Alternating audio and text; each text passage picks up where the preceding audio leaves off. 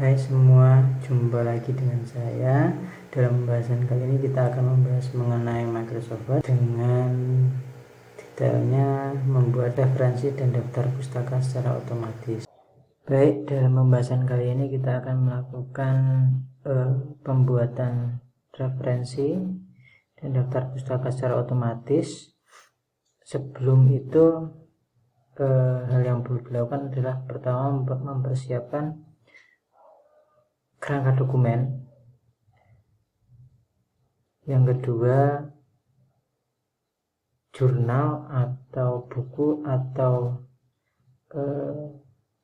proceeding atau resource yang lainnya yang bisa dijadikan sebagai rujukan. Sebagai contoh, kita akan membuat rujukan dengan menggunakan paper.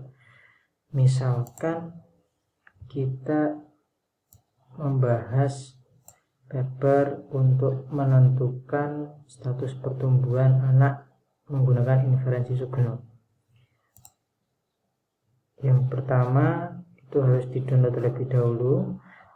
Yang selanjutnya setelah di-download berikut artikel penulisnya yang perlu diperhatikan. Selanjutnya ada nama jurnal, kemudian volume jurnal.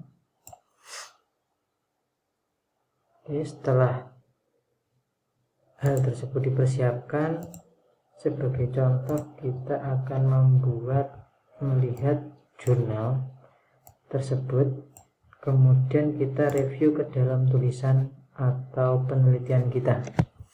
Baik, sebagai contoh misalkan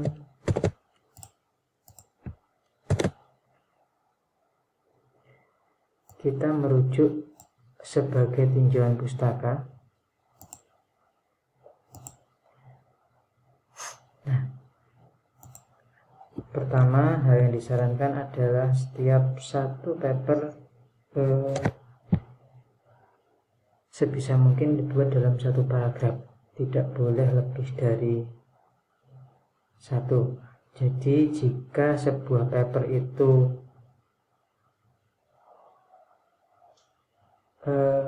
banyak, atau jika paper yang digunakan itu banyak, maka nantinya akan mempermudah kita untuk melihat paper-paper mana saja. Oke, pertama yang dilakukan, selanjutnya klik untuk membuat referensi, daftar referensi. Selanjutnya klik menu reference, kemudian cari grup menu citasi and bibliografi, kemudian klik insert citasi, kemudian klik add new source. Yang kemudian untuk tipenya sendiri kita pilih jurnal artikel karena kita mengambil dari jurnal. Kemudian selanjutnya author, silakan klik edit di sebelah kanan,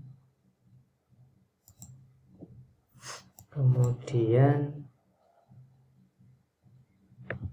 tuliskan nama di paper itu satu persatu sesuai format. Misalkan di sini ada Emi Agustina, maka kita copy, masukkan lastnya, kemudian firstnya siapa jika tidak ada nama tengahnya. Jika ada nama tengah, maka nanti gunakan tetap last dulu, kemudian first, kemudian middle-nya, kemudian add. Karena ini penulisnya lebih dari satu, maka kita kopikan penulis yang kedua.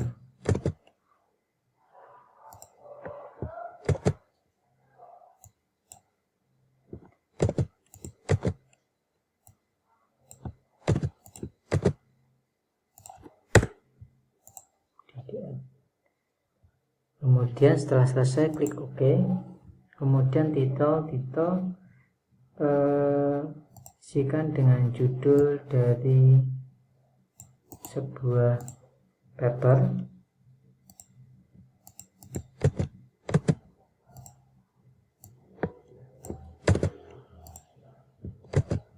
Selanjutnya jurnal. Nama jurnal pertama bisa dilihat dari mana kita download sebuah jurnal. Sebagai contoh ini informal, informatics journal, atau biasanya di sebuah paper itu ada, bisa kita kopikan, kita masukkan ke jurnal name, kemudian silakan ditambahin dengan volume berapa.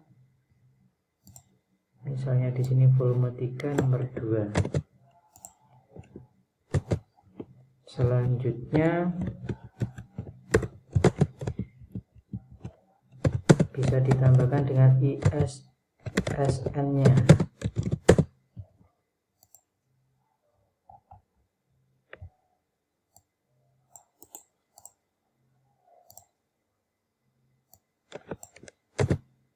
Setelah selesai, kemudian tahunnya, tahun di paper biasanya disertakan. Sebagai contoh ini tahun 2018. Kemudian page nanti diisi dengan halaman dari paper, dari halaman berapa sampai berapa. Sebagai contoh di sini ada halaman 56 sampai dengan halaman 66. Setelah selesai, klik OK. Jika misalkan ada kesalahan, klik kemudian klik kiri, kemudian bisa dilakukan edit citasi jika terjadi kesalahan, atau misalnya edit source. Kemudian untuk convert citasi sendiri ini digunakan untuk membuat citasi hanya sebagai teks statis, jadi nanti tidak bisa dirubah. Update citasi bibliografi nanti digunakan untuk melakukan update setelah terjadi perubahan. Baik, setelah selesai melakukan pembuatan atau merujuk artikel, langkah terakhir yaitu membuat daftar pustaka secara otomatis. Hal yang perlu dilakukan, yang pertama, klik di navigasi daftar pustaka, kemudian letakkan kursor di bawah heading 1 atau judul utama daftar pustaka. Kemudian menunya silakan klik tab menu referensi, kemudian grup citasi and bibliografi, selanjutnya pilih yang bibliografi, kemudian kita klik salah satu, misalkan referen. Untuk merapikan, tinggal arahkan kursor di sebelah kiri, kemudian dari referen, letakkan kursor di sebelah kiri, kemudian klik kiri, kemudian tinggal klik kanan, kemudian cut. Nah, untuk merapikan sesuai dengan format, bisa kita lihat format stylingnya.